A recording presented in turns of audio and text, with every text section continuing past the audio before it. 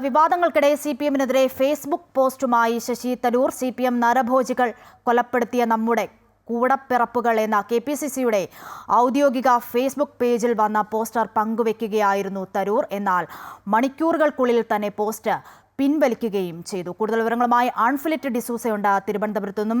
അൺഫിലിറ്റ്, നമുക്കറിയാവുന്ന പോലെ ഈ ലേഖന വിവാദമൊന്നും കെട്ടടങ്ങാത്ത ഈ ഒരു സാഹചര്യത്തിലാണ് ഇത്തരത്തിലൊരു ഫേസ്ബുക്ക് പോസ്റ്റ് ശശി തരൂർ പങ്കുവെക്കുന്നത്. പിന്നീട് അത് മണിക്കൂറുകൾക്കുള്ളിൽ തന്നെ പിൻവലിക്കുന്നു.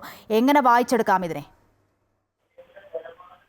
ശശി തരൂർ തിരികൊളുത്തിരിക്കുന്ന വിവാദം അവസാനിക്കുന്ന ലൈൻ തന്നെയാണ് നമ്മൾ മനസ്സിലാക്കേണ്ടത്. തരൂർ കേരളത്തിലെ വ്യാവസായിക അന്തരീക്ഷം മെച്ചപ്പെടുന്നുവെന്നും വ്യാവസായിക അന്തരീക്ഷത്തെ പുകഴ്ത്തി ശശി തരൂരിന്റെ ലേഖനം വലിയ രീതിയിൽ വിവാദമായിരുന്നു. ആ ലേഖനത്തെ ന്യായീകരിച്ചുകൊണ്ട് നിലപാട് ആവർത്തിച്ച് ആ നിലപാട് ഉറച്ചു നിൽക്കുകയും ചെയ്തു ശശി തരൂർ.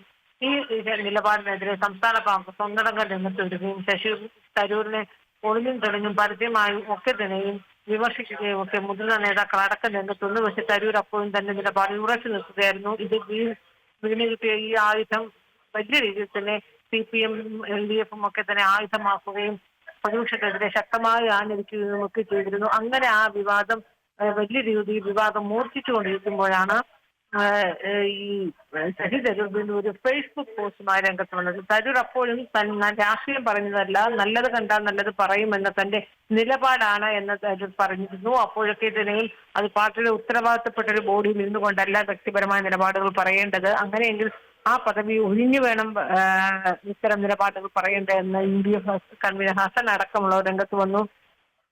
അപ്പോഴാണ് അദ്ദേഹം വീണ്ടും ഒരു FB പോസ്റ്റ് ഇട്ടത്. ആ ഫേസ്ബുക്ക് പോസ്റ്റിൽ ഇന്ന് കൃപേഷ് പെരിയയിൽ കൊല ചെയ്യപ്പെട്ട യൂത്ത് കോൺഗ്രസ് പ്രവർത്തകരായ കൃപേഷിന്റെയും ശരത്ലാലിന്റെയും ഓർമ്മ ദിനത്തിൽ അത് പങ്കുവെച്ചുകൊണ്ടാണ് അദ്ദേഹം ഒരു ഫേസ്ബുക്ക് പോസ്റ്റ്. ഇത് KPCCയുടെ തന്നെ ഔദ്യോഗിക പേജിൽ വന്നൊരു പോസ്റ്റാണ്. CPM നരഭോജികൾ കൊലപ്പെടുത്തിയ നമ്മുടെ കൂടപ്പിറപ്പുകൾ എന്ന രീതിയിൽ തലക്കെട്ടോടുള്ള ഒരു പോസ്റ്റ്. ആ പോസ്റ്റ് അതുപോലെ തന്നെ തന്റെ FB പേജിൽ അദ്ദേഹം ഷെയർ ചെയ്യുകയാണ് ഉണ്ടായത്.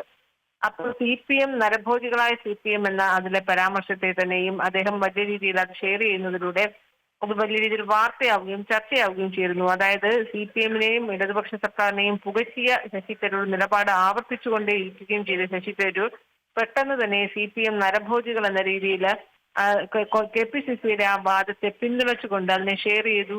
അപ്പോൾ തരൂറിൽ ഒരു മനം മാറ്റം അല്ലെങ്കിൽ തരൂരിന്റെ ചാഞ്ചാട്ടം നിലപാട് മാറിയോ എന്ന രീതിയിലുള്ള ചോദ്യങ്ങൾ ഉയർന്നിരുന്നു. കാരണം അതിലേക്ക് നയിച്ചത് പോലും KPCC അധ്യക്ഷൻ K സുധാകരൻ തരൂരിനെ വേണ്ട രീതിയിൽ തരൂരിനോട് ഉപദേശം നൽകിയിട്ടുണ്ട്, സംസാരിച്ചിട്ടുണ്ട്.